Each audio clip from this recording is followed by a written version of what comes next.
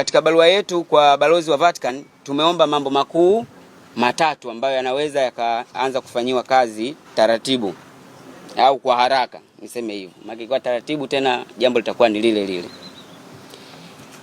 Moja, kufanyika kwa mapitio ya kichungaji na kiutawala kuhusu hoja zilizopo dhidi ya Padri Dr. Charles Kitima.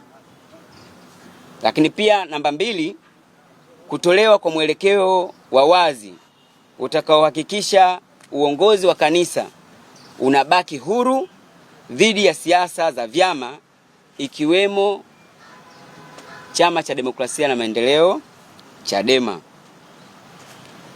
Namba 3, kuchukuliwa kwa hatua zozote zitakazoonekana zinafaa kulinda umoja wa waumini, amani ya jamii na mamlaka ya kimaadili ya Kanisa Katoliki.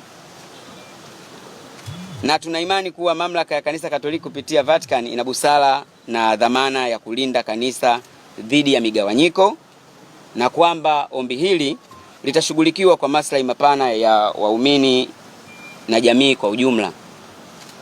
Tunabaki kuwa waumini watiifu wa Kanisa Katoliki, tunaoheshimu mamlaka ya kitume na tunaendelea kusimama katika misingi ya imani, amani, utiifu, lakini pia maombi na umoja wa Kanisa Katoliki. Kwa hivyo hayo ndiyo mambo ambayo sisi, mambo makuu matatu ambayo tumeonelea, kwa sababu kama imeanza kuonekana leo linazungumzwa hili, leo linazungumzwa hili, sisi waumini maana yake sio wote wenye mtazamo sawa, sio wote wenye akili sawa. Kuna mambo yanaweza yakawa yanaleta sintofahamu taratibu. Kesho litazungumzwa kubwa zaidi ambalo litatugawa zaidi sisi kama waumini.